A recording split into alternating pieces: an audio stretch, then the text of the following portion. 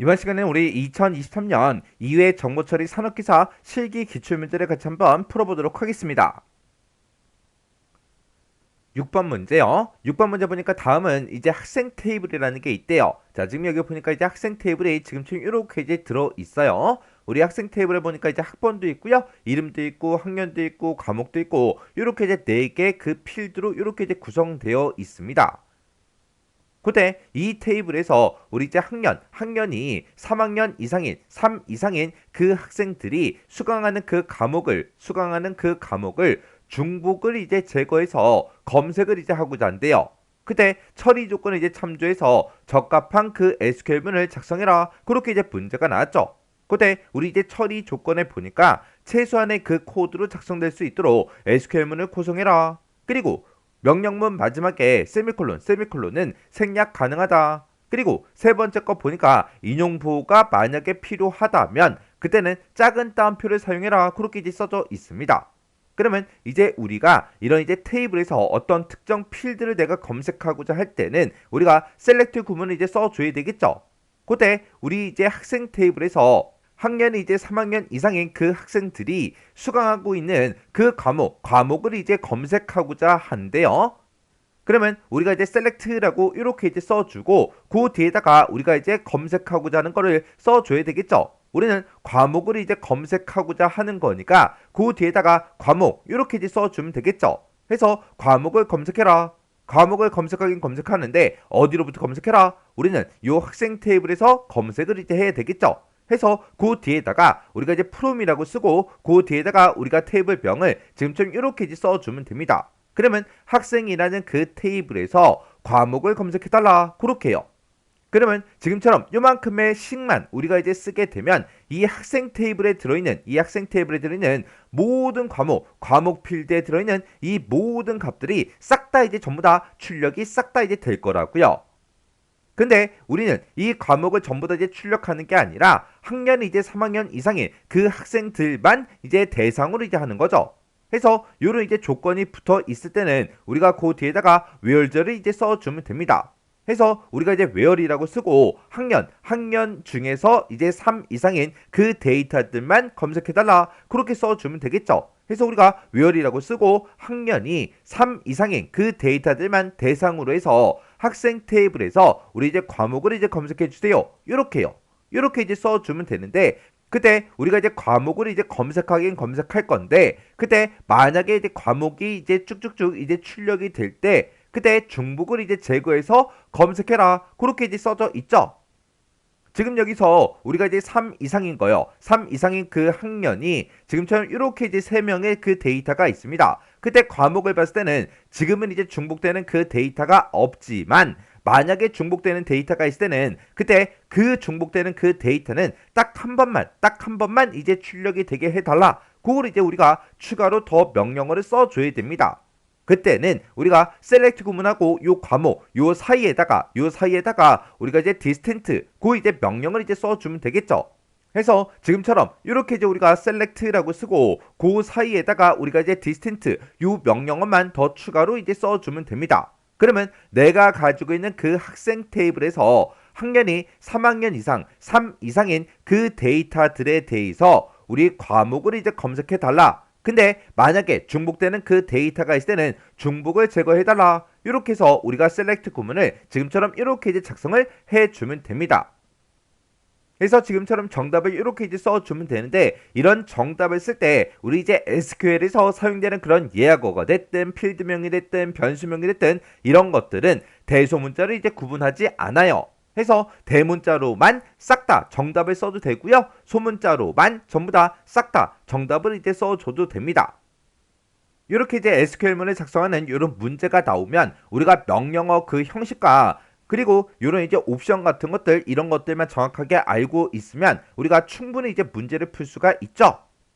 그래서 이런 문제가 출제됐을 때는 절대로 틀리지 않게 여러분들이 공부하고 지나가셔야 돼요. select다라고 하게 되면 얘는 이제 검색할 때 사용하는 거죠. 얘의 기본 형태가 select from where이요. 그래서 select가 나오고 from이 나오고 where이 나오고 해서 얘가 기본형이고요. 거기서 이제 중간에다가 이제 order by해서 정렬도 시킬 수 있고요. group by having 해서 얘가 이제 그룹 지정할 때 사용하는 겁니다. 그리고 이제 그룹 함수도 우리가 쓸 수 있고요. 그리고 윈도우 함수도 우리가 쓸 수 있어요. 이런 것들을 다 쓸 수 있는데 그 중에서 이번 시간에는 우리 여기 진하게 굵게 이제 표시된 것들 있죠. 요 기본 형식에 대해서 살펴보고 회색으로 표시된 부분은 이제 다음 섹션에서 이제 같이 공부하도록 하겠습니다. 요 셀렉트라는 게 시험 문제에 제일 많이 출제가 될 거예요. 왜 그러냐? 우리가 인터넷상에서도 뭔가 포털 사이트 같은 데 들어가서 우리가 검색을 대부분 제일 많이 하잖아요. 그죠? 그것처럼 우리 실무에서도 가장 많이 사용되는 그런 SQL 명령어가 우리 select라는 요 명령어입니다. 그래서 요 select 명령어는 정확하게 여러분들이 기억하시고 지나가셔야 돼요. 자, 그럼 이제 굵게 표시된 부분 있죠? 그거 이제 자세히 한번 살펴보도록 하겠습니다. 자, 맨 처음에 이제 select라는 절이 있었죠. 그 select 절이요. select 절에서 그 뒷부분에다가 predicate라고 해서 우리가 검색을 해서 가지고 올 때 불러올 튜플의 수를 제한할 때 그때 사용하는 명령어를 기술하는 부분이 predicate고요. 거기서 쓸 수 있는 게 all이라는 게 있고 그 다음에 distinct라는 게 있고 그 다음에 이제 distinct row라는 게 있고 이렇게 있습니다. 여기서 all이라는 거는 모든 튜플을 전부 다 검색해라 라고 지정할 때 이제 사용하는데 얘는 이제 주로 생략을 하고 우리가 제일 많이 사용을 해요. 그 다음에 이제 distinct는 이제 중복된 튜플이 있을 때, 중복된 데이터가 있을 때, 그거는 이제 첫 번째 한 개만 검색해라 그런 의미로 사용되는 거고요. 그 다음에 얘는 이제 뒤에 로우가 붙었죠. 로다라고 하게 되면 얘는 이제 행이죠. 그래서 튜플 전체를 대상으로 하는 거예요. 그래서 중복된 튜플을 제거하고 한 개만 검색을 해요. 한 개만 검색을 하긴 하는데 뭘 대상으로 한다? 튜플 전체를 대상으로 그렇게 해주는 게 우리 distinct row요. 그리고 이제 그 뒷부분에다가 이제 우리가 속성명, 이제 필드명을 쓰는 거죠. 그래서 내가 검색하고자 하는 그 필드명, 그 속성을 이용해서 수식을 지정하는 게 우리 속성명이요. 여기서는 이제 내가 테이블에 들어있는 모든 속성을, 모든 필드를 다 검색하겠다라고 했을 때는 우리가 주로 요 별표를 써서 모두 다 불러오면 되고요. 내가 특정 속성만 불러오겠다라고 했을 때는 그 속성명을 우리가 써주면 됩니다. 근데 만약에 내가 한 개 테이블에서 검색을 하는 거랑 이제 여러 개 테이블에서 검색하는 거랑 달라요.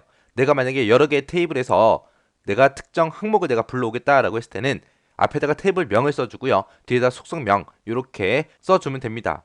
그때 이제 테이블명하고 속성명하고 구분하기 위해서 중간에 점을 찍어서 우리가 표시를 해서 가지고 와요. 만약에 내가 검색을 하긴 하는데 지금처럼 만약에 여러 개 테이블에서 만약에 우리 학생이라는 테이블이 있고 그 다음에 성적이라는 테이블이 있을 때 특정 학생의 내가 성적을 보고 싶어요. 이 학생이라는 테이블에는 뭐 이름도 있고 학번도 있고 여러 가지가 있겠죠. 그리고 이 성적이라는 테이블에는 뭐 학번이라는 것도 있을 거고 그 다음에 각 과목별로 이제 성적들도 다 있을 거고요. 그 다음에 뭐 총점도 있고 그 다음에 뭐 평균도 있고 여러 가지가 있을 거예요.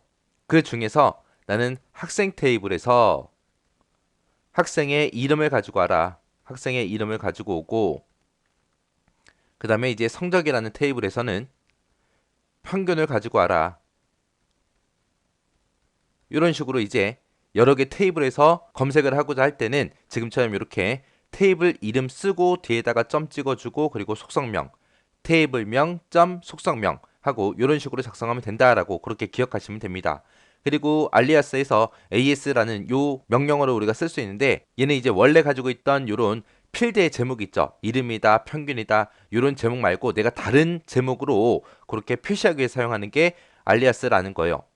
내가 만약에 학생 테이블에 지금 이름이라는 필드명으로 그렇게 되어 있는데 이름을 가지고 올 때 나는 성명으로 그렇게 제목을 표시하고 싶다라고 했을 때 우리가 AS하고 얘를 써주는 겁니다. 그래서 얘는 이제 다른 제목으로 표시할 때 그렇게 사용하는 게 AS다라고 그렇게 기억하시면 돼요. 그 다음에 이제 프롬절이 있습니다. 프롬절이라는 거는 데이터가 어디에 들어있는지 그 테이블명을 우리가 쓸 때 프롬 뒤에다 써주면 되죠. 그리고 where절이다 라고 하게 되면 where 뒤에는 이제 조건을 기술할 때 쓰는 거죠. 조건이 있으면 where절을 쓰는 거고 없다 그러면 안 쓰는 거죠. 그 다음에 이제 order by다 라고 하게 되면 얘는 이제 정렬하는 거예요. 정렬. 특정 속성을 기준으로 해서 내가 정렬을 하고 싶을 때 정렬해서 검색을 하고자 할 때 사용하는 절이 order by라는 명령문입니다. 얘는 이제 학번을 기준으로 해서 뭐 정렬해라 라고 했을 때 학번이라는 그 속성명을 먼저 적어주고요. 그 뒤에다가 이제 오름차순할지 내림차순할지 ascending, descending 해서 얘를 이제 써주면 되겠죠. 그래서 여기서 이제 ASC, ascending이라는 건 오름차순 얘기하는 거고 DSC, descending은 이제 내림차순 얘기하는 거죠. 내가 만약에 속성명만 쓰고 이런 ASC, DSC하고 이런 명령어를 내가 안 썼습니다. 안 쓰게 되면 생략하게 되면 그거는 자동으로 오름차순으로 그렇게 정렬이 됩니다. 이제 셀렉트 구문에서 이제 윈도우 함수 쓰는 거 있어요. 윈도우 함수에서 그 뒤에다가 이제 오버라고 쓰고 파티션 바이라고 쓰고 그리고 속성명을 쭉쭉 적어주면 됩니다. 그리고 오더 바이 해서 이제 속성명을 쭉 적어서 이제 오름차순하겠다 내림차순하겠다 그런 것도 우리가 지정해 줄 수 있어요. 여기서 얘기하는 이 오더 바이라는 거는 이 파티션에서 이 속성을 나타낼 때 그때 그 안에서 이제 정렬하는 거고요. 이 오더 바이는 이 전체 데이터에 대한 그 정렬 방식이에요. 얘랑은 서로 다른 겁니다. 사용하는 방법은 똑같아요. 해서 아래쪽에 있는 이 오더 바이는 전체 데이터를 기준으로 해서 정렬해 주는 거고 이 오더 바이라는 거는 이 파티션 바이 뒤에다 쓴 이 속성명 안에서 이제 정렬하는 그 방식을 보고 얘기하는 거예요. 자, 그다음에 이제 그룹 바이라는 게 있는데 그룹 바이 해빙 해서 얘는 내가 검색한 데이터를 이제 뭐 학년별로 묶어 달라. 아니면 과별로 묶어 달라. 그런 식으로 해서 그룹 지정할 때 쓰는 게 그룹 바이 해빙이요. 그룹 바이라고 해서 이제 속성명을 내가 적어주게 되면 그 속성명을 기준으로 해서 이제 그룹으로 묶어서 그 데이터들을 내가 볼 수 있게끔 그렇게 해줘요. 그때 이제 조건을 내가 쓸 수 있는데 그 조건을 쓸 때는 이제 해빙 뒤에다가 이제 조건을 써주면 됩니다. 자, 우리가 앞 시간에 배웠던 where 뒤에다가 이제 조건 쓰는 게 있었죠. 얘랑은 서로 다른 거. 이 where이라는 이 조건은 전체 데이터에 대해서 이제 조건을 걸어주는 거고요. 여기서 해빙 뒤에 쓴 이 조건은 그룹에 대한 조건이에요. 해서 그룹에 대한 조건을 지정할 때는 우리가 해빙이라고 쓰고 그 뒤에다 적어주면 되고요. 그 다음에 전체 데이터에 대한 그런 조건을 내가 걸 때는 where 뒤에다가 조건을 내가 적어주면 됩니다. 내가 여기다 이제 그룹 함수를 쓰게 되면 그룹별로 속성값에 대한 그 집계를 할 수 있는 그런 함수들을 쓰는 곳이에요. 해서 각 과별로 이제 합계를 구해라. 각 과별로 평균을 구해라. 각 과별로 몇 명씩 있는지 인원수를 세라. 그런 식으로 해서 내가 이곳에서 이제 그룹으로 지정한 그 속성이 있죠. 그 속성을 기준으로 해서 합계를 구하든 평균을 구하든 최대값, 최소값 그런 것들을 전부 다 구할 수 있게끔 해주는 게 우리 그룹 함수요. 자, 그럼 이런 것들 좀 더 자세히 한번 살펴보자고요. 아까 그룹 함수 쓰는 곳이 있었죠. 이 그룹 함수에다가 내가 뭐 합계를 구해라, 평균을 구해라, 최대값을 구해라, 최소값을 구해라 해서 내가 함수를 쓰게 되면 그룹 바이절에서 그룹 바이라는 이 곳에서 내가 이제 지정한 그 그룹 있죠. 그 그룹별로 합계다, 평균이다, 최대값이다, 최소값이다 해서 내가 그 속성값에 대해서 이제 집계를 할 수 있어요. 그 함수를 쓰는 부분이 이제 그룹 함수 이 부분이었고요.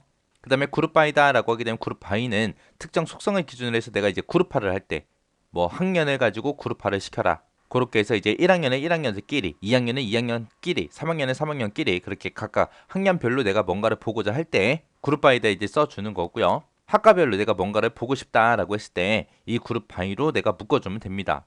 내가 이 그룹에 대해서 특정 조건을 주겠다라고 했을 때는 having이라고 쓰고 나서 그 뒤에다가 내가 조건을 작성해 주면 돼요. 그래서 이 having 뒤에다 쓴 그 조건은 그룹 바이랑 같이 사용이 되는 거고 그룹에 대한 조건이에요. 그룹에 대한 조건. 그걸 지정할 때 이제 having하고 써주면 됩니다. 자, 그다음에 이제 윈도우 함수라는 게 이제 윈도우 함수라는 거는 우리가 그룹 바이라고 해서 얘를 쓰게 되면 이제 그룹별로 내가 묶어서 볼 수 있죠. 근데 이 윈도우 함수는 그룹 바이 이 절을 쓰지 않아요. 그룹 바이를 안 쓰고 내가 윈도우 함수에서 지정한 그 속성이 있죠. 그 속성 값을 집계할 수 있는 그 함수를 기술하는 부분이 요 윈도우 함수 부분이요. 요 윈도우 함수 써주고요. 그 뒤에다가 이제 파티션 바이다, 오더 바이다 해서 이런 것들을 이제 쓸 수 있습니다. 파티션 바이다라고 해서 내가 쓰게 되면 윈도우 함수에다가 이제 내가 특정 함수를 쓸 거 아니에요. 그 함수에서 이제 뭘 가지고 이제 계산을 할 건지 이 함수가 적용될 그 범위로 사용될 그 속성을 지정하는 곳이 우리 파티션 바이 요 뒷부분이요. 그 다음에 이제 오더바이다라고 하게 되면 오더바이는 이제 정렬 기준 오름차순 해라 내림차순 해라 해서 내가 속성을 지정해 줄 수 있는데 이 여기서 얘기하는 이 오더바이라는 거는 이 파티션 안에서 정렬 기준이에요. 자, 그럼 요 윈도우 함수하고 그룹 바이저하고 요게 어떤 차이점이 있나 좀 보자고요. 내가 그룹 바이저를 이용해서 내가 학년별로 뭔가를 나타내라 해서 그룹 바이 학년이라고 써서 이런 식으로 이제 표현할 수 있습니다. 그러면 1학년은 1학년 데이터들 뭔가 이제 학계를 구해주고 2학년 학계 구해주고 3학년 학계 구해주고 해서 그룹으로 내가 묶은 이 학년에 대해서 1학년 거, 2학년 거, 3학년 거 이렇게 따로따로 볼 수 있는데 내가 윈도우 함수를 이용해서 내가 만약에 데이터를 집계하겠다라고 했을 때는 지금처럼 1학년 데이터가 다 나와요. 2학년 데이터도 다 나오고 3학년 데이터 다 나옵니다.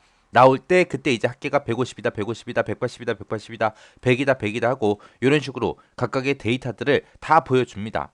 이게 이제 그룹 바이저리랑 윈도우 함수랑 가장 큰 차이점이요.